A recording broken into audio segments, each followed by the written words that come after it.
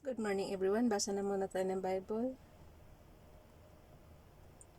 Ang topic natin ang babasahin natin ngayon ay pang July 9.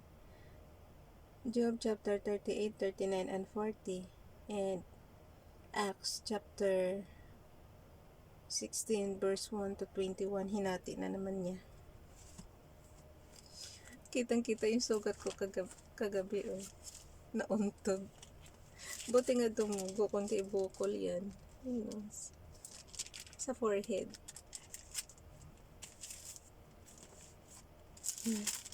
Ganun talaga guys. Hindi mo akala matutulog ka na lang mauuntog ka pa. Sa sobrang antok siguro yun. Dito muna tayo sa Acts chapter 16 verse 1 to 21.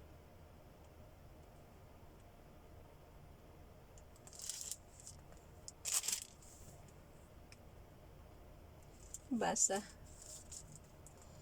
Timothy joins Paul and Silas.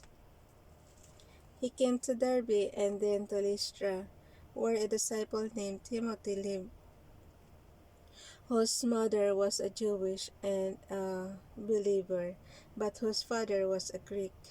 The brothers at Lystra and Iconium spoke well of him. Paul wanted to take him along on the journey, so he circumcised him because of the Jews who lived in that area, for they all knew that his father was a Greek.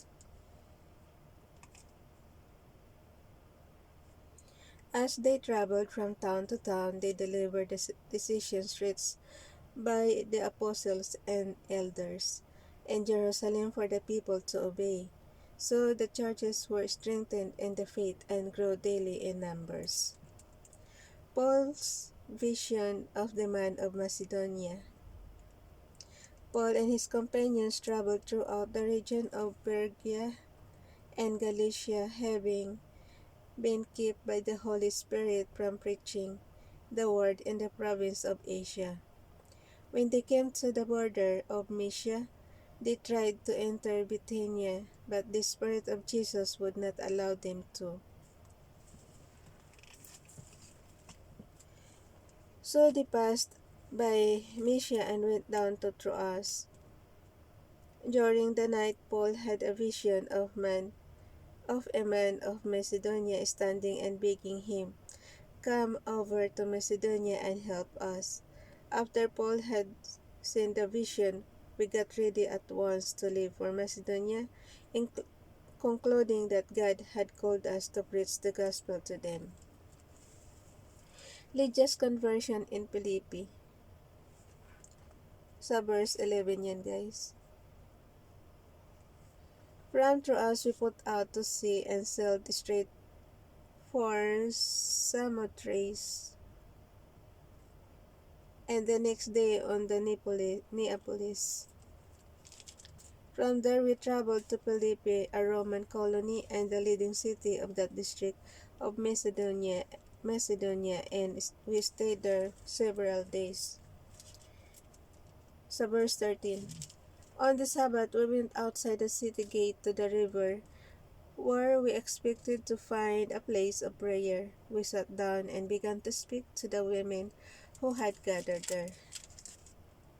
One of those listening was a woman named Lydia, a dealer in purple clothes from the city of Thyatira, who was a worshipper of God. The Lord opened her heart to respond to Paul's message. When she and the members of her household were baptized, she invited us to her home. "If you consider me a believer in the Lord," she said, "come and stay at my house." And she persuaded us. Paul and Silas in prison. Hala. Once we were going to the place of prayer, we were met by a slave girl who had a spirit by which she predicted the future. She earned a great deal of money for her honors by fortune telling. This girl followed Paul and the rest of us, shouting, "These men are servants for the Most High God, who are telling you the wait to be saved. She kept this up for many days. Finally, Paul became so troubled that he turned around and said to the spirit, "In the name of Jesus Christ, I command you to come out of her." At that moment, the spirit left her. When the owners of the slave girl realized that their hope of making money was gone, they seized Paul and Silas and dragged them into the marketplace to face the authorities. Sa verse 20, they brought them before the magistrates and said, "These men are Jews and are throwing our city into an uproar by advocating customs unlawful for us Romans to accept or practice." So hanggang 21 lang tayo. Dito na tayo sa Job. Tatlong chapter. Ang haba nito. 38, 39, and 40. Basa. The Lord speaks. Then the Lord answered Job out of the storm. He said, "Who is this that darkens my counsel with words without knowledge? Brace yourself like a man, I will question you, and you shall answer me. Where were you when I laid the earth's foundation? Tell me if you understand. Who marked off its dimensions? Surely you know. Who stretched a measuring line across it? On what were its footings set? Or who laid its cornerstone? While the morning stars sang together and all the angels shouted for joy, who shut up the sea behind doors when it burst forth from the womb, when I made the clouds its garment and wrapped it in thick darkness, when I fixed limits for it and set its doors and bars in place, when I said, this far you may come and no farther.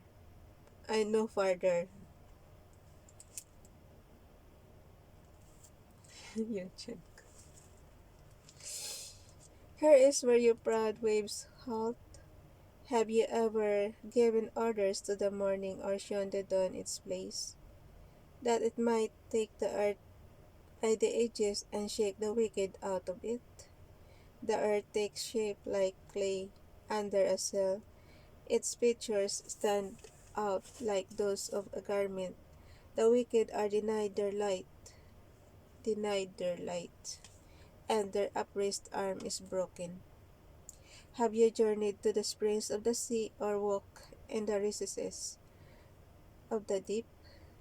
Have the gates of death been shown to you? Have you seen the gates of the shadow of death? Puro death na pinag-uusapan dito. Have you comprehended the vast expanses of the earth? Tell me, if you know all this, what is the way to the abode of light, and where does darkness reside? Can you take them to their places?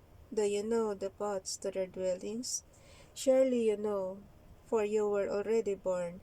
You have lived so many years. Have you entered the storehouses of the snow, or seen the storehouses of the hail, which I reserve for times of trouble, for days of war and battle? What is the way to the place where the lightning is dispersed, or the place where the east winds are scattered over the earth? Who cuts a channel for the torrents of rain, and a for the thunderstorm? To water a land where no man lives, a desert with no one in it, to satisfy a desolate wasteland and make it sprout with grass. Does the rain have father? Who fathers the drops of dew? From whose womb comes the ice? Who gives birth to the frost from the heavens, when the waters become hard as stone? When the surface of the deep is frozen, can you bind the beautiful Pleiades? Ano yung Pleiades, guys? Hanapin muna natin sa Google. Pag wala nga kayong maintindihan, Google lang katapat.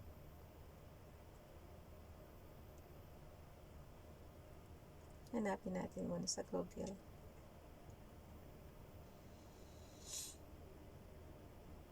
Search. Pleiades.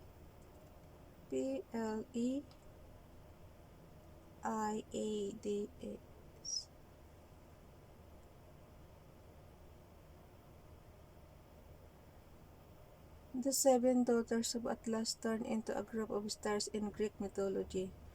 Oh, stars siya sa Greek mythology, ganun.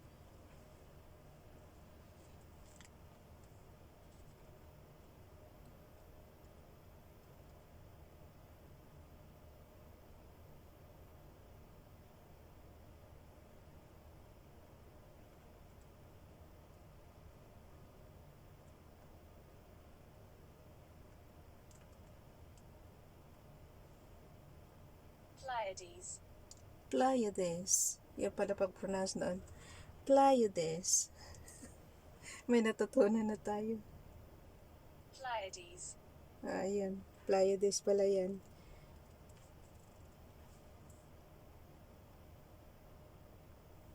Ganun lang guys. Google lang katapat. Excuse me.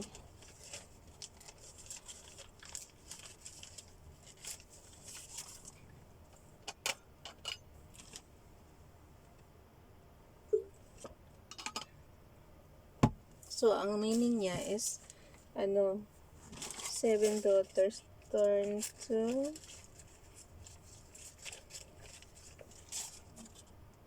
to stars in Greek mythology daw. Yun ang sa Google, di ba? Pleiades.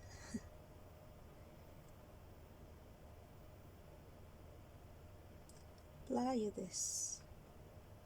Oh, the seven daughters of Atlas turn into a group of stars in Greek mythology. A conspicuous cluster of stars in the constellation Taurus that includes, Taurus pala, that includes 6 stars in the form of a very small dipper. Pleiades. Okay. Tigil na tayo dyan, pampatagal ng oras pa yan. At least naintindihan natin. Can you bind the beautiful Pleiades? Can you lose the cords of Orion? Sa verse 31 yun guys ha. Ulit. Can you bind the beautiful Pleiades? Can you lose the cords of Orion? Can you bring forth the constellations in their seasons?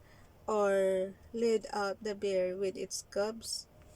Do you know the laws of the heavens? Ano nga po ba yung laws ng heaven? Kayo guys, alam nyo. Sa verse 32, tingnan nyo. Do you know the laws of the heavens? Can you step up God's dominion over the earth? Can you raise your voice to the clouds and cover yourself with floods? Kasi ang title kasi nito guys, yung The Lord Speaks. So yun, kaya parang si Father God nandito. Can you raise your voice to the clouds and cover yourself with a flood of water? Do you send the lightning bolts on their way? Do they report? Bilisan na natin. Do they report to you, here we are? Who endow the heart with wisdom, or give understanding to the mind? Who was the wisdom of count the clouds? Who can tip over the water jars of the heavens when the dust becomes hard, and the clouds of earth stick together? Do you know hunt the prey for the lioness and satisfy the hunger of the lions? Nako, kakainin ka niya pag hungry yung lion. When they crouch in their dens or lie in wait in a thicket, who provides food for the raven? When its young cry out to God and wander about for a lack of food. Sa chapter 39 na tayo. Sabi ko sa inyo, ang haba nito tapos 3 chapter pa siya. 39. Do you know when the mountain goats gave birth? Do you watch when the dove bears her fawn? Do you count the months till they birth? Do you know the time they gave birth? The crowds, basta ang alam ko lang na mga, kung kailan mga anak is tayo because 9 months naman talaga, di ba? So, itong mga animals, we don't know. Kasi nakalagay sa verse 2. Do you know count the months till they bear? Do you know the time they gave birth? They crouch down and bring forth their young. Their labor pains are ended. Their young thrive and grow strong in the walls they leave and do not return. Who let the wild donkey go free? Who untied his ropes? I gave him the wasteland as his home, the salt floods as his habitat. He laughs at the commotion in the town. He does not hear a driver's shout. He ranges the hills for his pasture and searches for any green thing. Will the wild ox consent to serve you while he stay by your manger at night? Wait lang. Sa verse 10 na tayo.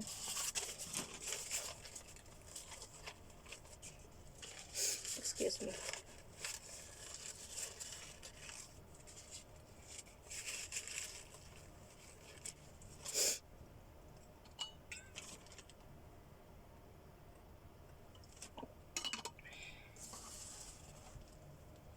Sa verse 10.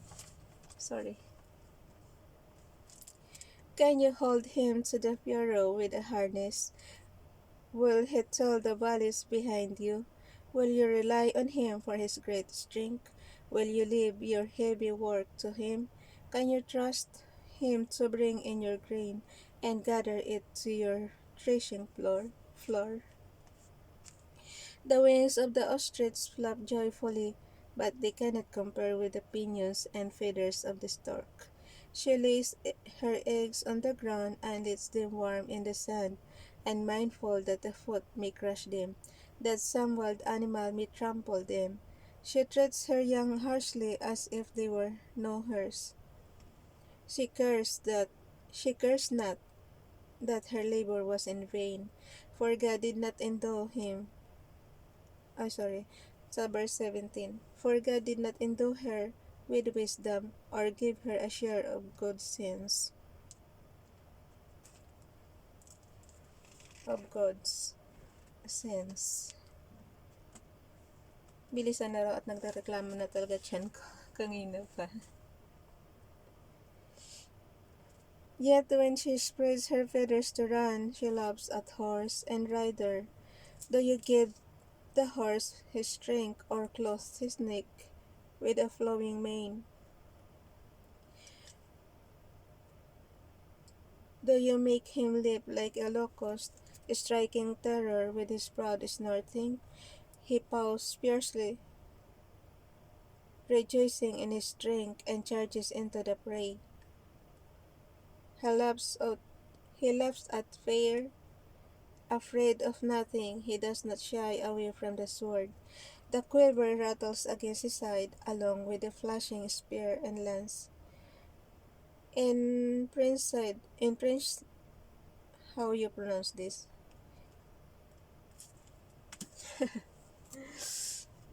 Ulit guys, google ulit natin. Spelling? Kasi pag mayroon tayong hindi maintindihan guys, ano lang siya. Google lang katapat.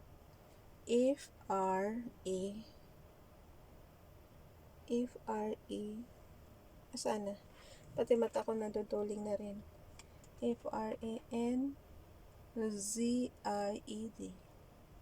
Frenzied.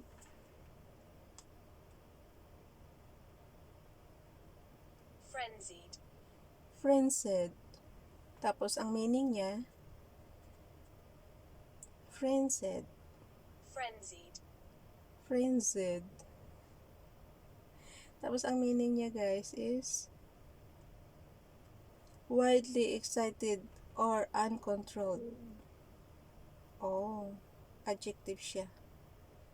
Wildly excited. So excited pala tong frenzied. Frenzied. May natutunan. Dalawa na natutunan natin.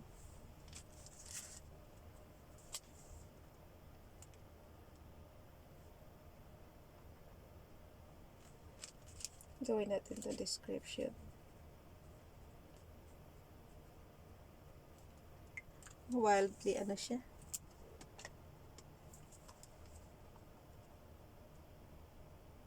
Wildly excited or uncontrolled. So, pag excited ka pala, you are frenzied. Frenzied. In frenzied excitement, he eats up the ground. He cannot stand still when the trumpet sounds. Tingnan mo lang guys, kadali-dali sabihin na excited, talagang sasabihin pa, frenzied. O diba, marami ka matutunan dito, ang lalalim ng salita. At the blast of the trumpet he snorts, aha! He catches the scent of the battle from afar, the shout of commanders and the battle cry. Does the hawk take flight by your wisdom and spread his wings toward the south? Does the eagle soar at your command and build his nest on high? He dwells on a cliff and stays there at night. A rocky crag is his stronghold. From there he seeks out his food. His eyes detect it from afar. His young ones feast on blood, and where the slain are, there is he. Yung ano guys, yung eagle. So, dito na tayo sa chapter 40. The Lord said to Job, while the one who contends with the Almighty correct him, let him who accuses God answer him. Then Job answered the Lord, I am unworthy. How can I reply to you? I put my hand over my mouth. I spoke once, but I have no answer. Twice, but I will say no more. Then the Lord spoke to Job out of the storm. Brace yourself like a man. I will question you, and you shall answer me. Would you discredit my justice? Would you condemn me to justify yourself? Do you have an arm like God's, and can your voice thunder like his? Then adorn yourself with glory and splendor, and clothe yourself in honor and majesty.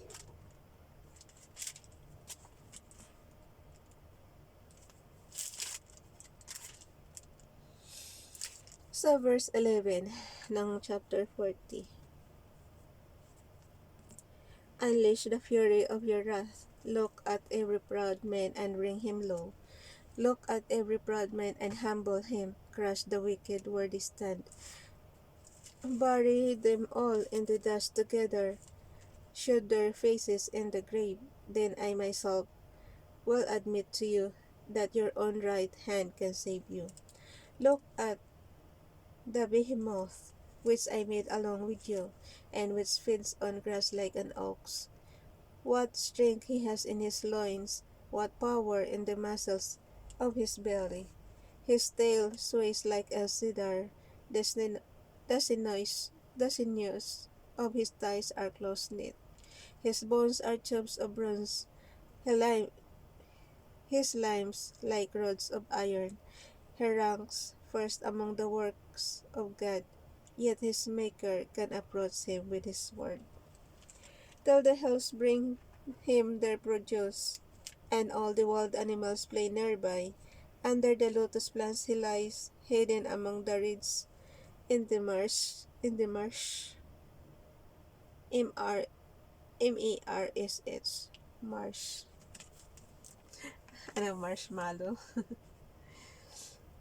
Ganun talaga. Marami akong hindi maintindihan magagawa ko. Marsh.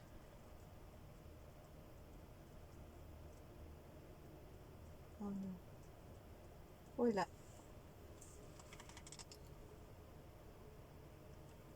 Oh, walang internet kaya hindi makita. O yun.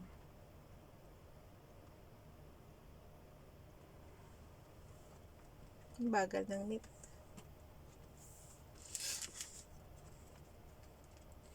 Asan na tayo? Ayun. Wala guys. Mars, Global Leader Insurance. Mars is a global leader insurance. Ano ba yan?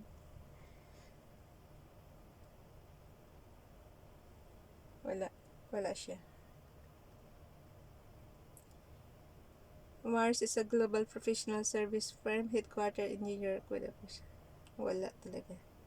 Kala ko anong meaning ng Mars. Mars. Hayaan mo siya. Baka iba yan. Hindi makita ni Google eh. So, dito na tayo.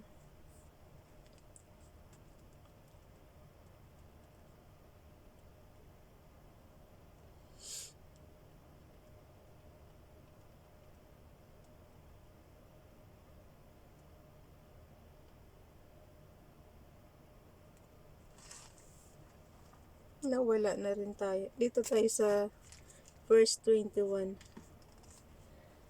Under the lotus plants he lies hiding among the reeds in the marsh. The lotuses conceal him in their shadow. The poplars by the stream surround him. When the river rages, he is not alarmed. He is secure, though the Jordan shield surge against his mouth. Can anyone capture him by the eyes, or trap him and pierce his nose? So hanggang dyan lang tayo. Bukas na yung chapter 41 at napakahaba na. So 38, 39, and 40. Bye everyone. God bless.